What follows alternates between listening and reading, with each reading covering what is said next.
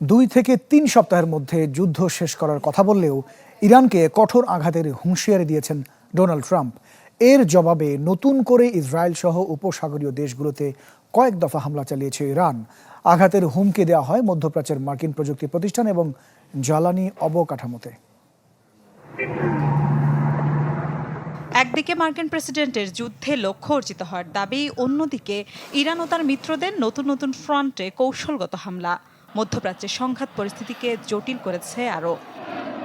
Iran যুদ্ধ নিয়ে প্রথমবার জাতির উদ্দেশ্যে ভাষণ দেন ডোনাল্ড ট্রাম্প। ইঙ্গিত দেন আগামী 2 থেকে 3 সপ্তাহের মধ্যে যুদ্ধ শেষ করার। তবে এই সময়ে ইরানকে আরও কঠোর আঘাতের হুঁশিয়ারি দিয়েছেন তিনি। ওয়াশিংটন আগামী 2 থেকে 3 সপ্তাহের মধ্যে ইরানের উপর অত্যন্ত কঠোর হামলা চালাবে। এরই মধ্যে মার্কিন সামরিক বাহিনী তাদের নির্ধারিত লক্ষ্যগুলো অর্জন করেছে এবং এই সংঘাত শীঘ্রই শেষ হতে চলেছে।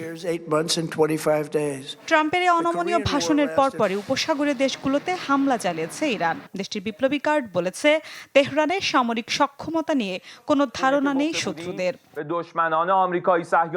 আমাদের কৌশলগত সামরিক সরঞ্জাম সম্পর্কে আপনারা সম্পূর্ণ অজ্ঞ এবং আপনারা কখনোই সেখানে পৌঁছাতে পারবেন না। আমাদের আঘাত করলে নিশ্চিতভাবে ভুল করবেন এবং কোনো ফল পাবেন না। এর মূল্য আপনাদের অবশ্যই দিতে হবে। শুক্রবার ভোর থেকে ইসরায়েলের তেল আবিব সহ বিভিন্ন শহরে অন্তত 10টি ক্ষেপণাস্ত্র ছুড়েছে তেহরান। হামলার হুমকি দেওয়া হয় মধ্যপ্রাচ্যে অবস্থিত মার্কিন প্রযুক্তি প্রতিষ্ঠান অ্যাপল, গুগল, মেটার মতো টেক প্রতিষ্ঠান ও জ্বালানি অবকাঠামোগুলোতে। নতুন করে হামলার খবর পাওয়া গেছে কাতারের একটি তেল ট্যাঙ্কারে। কুয়েত আন্তর্জাতিক বিমানবন্দরে তেলের ট্যাঙ্কারে ইরানি ড্রোন হামলায় ঘটে ভয়াবহ অগ্নিকাণ্ডের ঘটনা। ডোনাল্ড ট্রাম্পের ভাষণ শান্ত করতে পারেনি বৈশ্বিক জ্বালানি বাজারকে। বিভিন্ন দেশে হয়েছে শেয়ারের বড় দরপতন। এই যুদ্ধ দীর্ঘস্থায়ী হলে মুদ্রাস্ফীতি ও খাদ্য নিরাপত্তা চরম সংকটে পড়বে বলে সতর্ক করেছে বিশ্বব্যাংক। যুক্তরাষ্ট্র ইসরায়েলকে দায়ী করে অবিলম্বে হামলা বন্ধের আহ্বান জানিয়েছে বেইজিং।